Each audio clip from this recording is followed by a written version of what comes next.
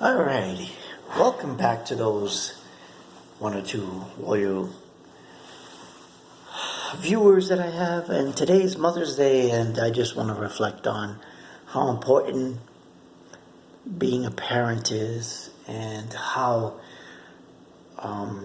the forming of our children will lead us to a better future, or one that may be worse for them. For those who have an agenda, like forming your children to be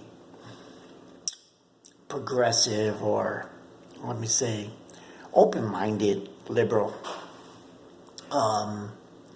trying not to have prejudice or racist, or hold anybody to account for their weaknesses. Let me just tell you that that's not really a very wise way to raise children. Now, it's totally up to you. I'm just in the mind that says I like to show my kids that there is two sides to every story, and not just one. So I don't give them the American history or my culture's history, only the important parts, or let's say the more appealing parts of it. Thus, I don't just give them all the negative parts of it. So I see a lot of college students today and young kids in high school who are being taught only the negative aspects of being raised American, or having cultural identity.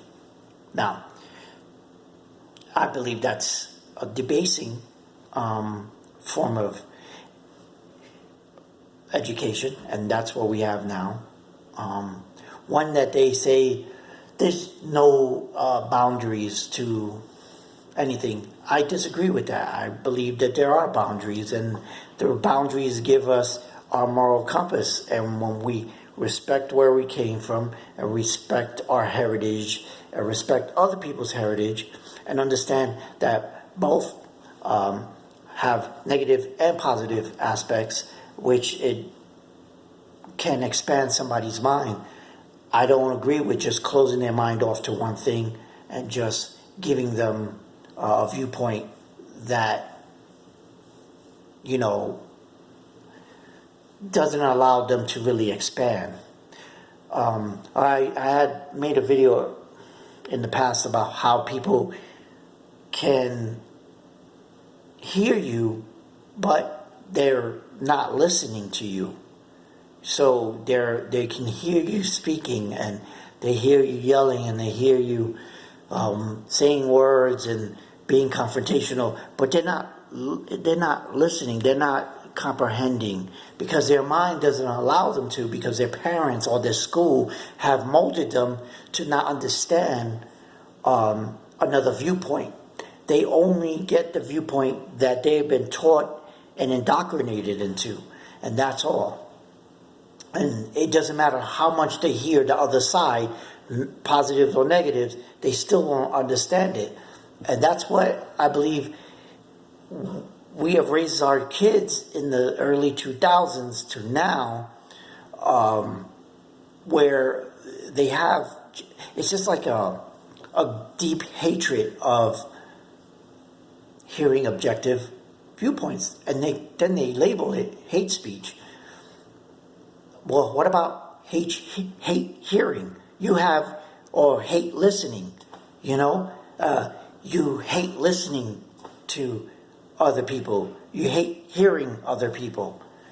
And this is the problem.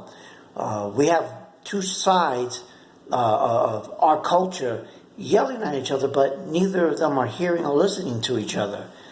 And it's bled into our politics, into our culture, Hollywood, sports, everything. It's in everything that we do now. And it wasn't like that when I was a kid, because we didn't have these objective viewpoints. When we were taught something, we were taught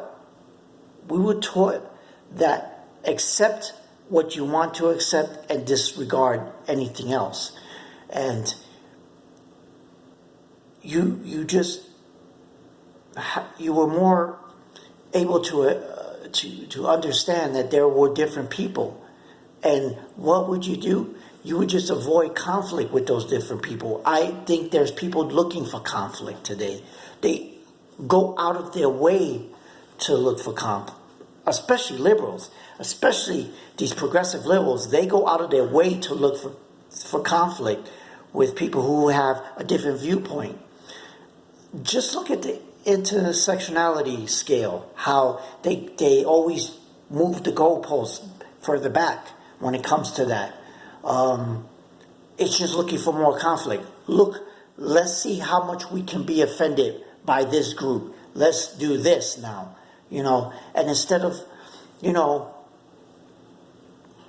not doing that and me trying to be more accepting of who you are. If you loved yourself that much, then you wouldn't care what somebody thinks of you. The problem is these people don't love themselves, and that's why they have such conflict within. And that's why they look for conflict outside of themselves.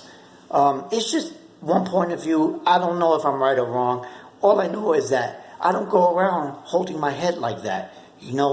I look at people and I judge them by what they're doing, how they're reacting to other people, and how they make themselves available to society. Okay. I wanted to talk about, now, I work in a hotel, and I'm exposed to travelers, and they're not very conscientious of me or my staff or all the people around them.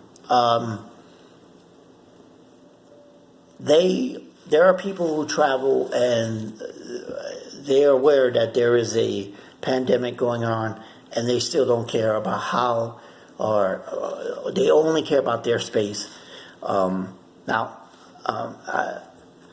It's okay. But I'm convinced that I've had COVID probably 2 or 3 times. Now, recently, I've developed these symptoms that are just something I've read about COVID symptoms regarding the heart. It feels like in the last week or so that my pulse, my heart rate hasn't gone below 72 and always wavering between 80 and 72. And it just feel like there's a congestion around my heart, like there's like a fat or something. I can't describe the feeling. It's just it just feels heavier than usual.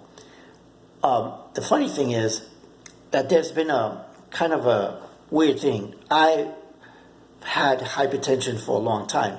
Now recently my blood pressure has been very low, but my pulse rate has stayed steadily high. I find myself having these odd symptoms. Now, I'm one that believes that, this COVID thing is created somewhere in the lab because it just mutates and it changes in everybody's body different. It's not something that's natural.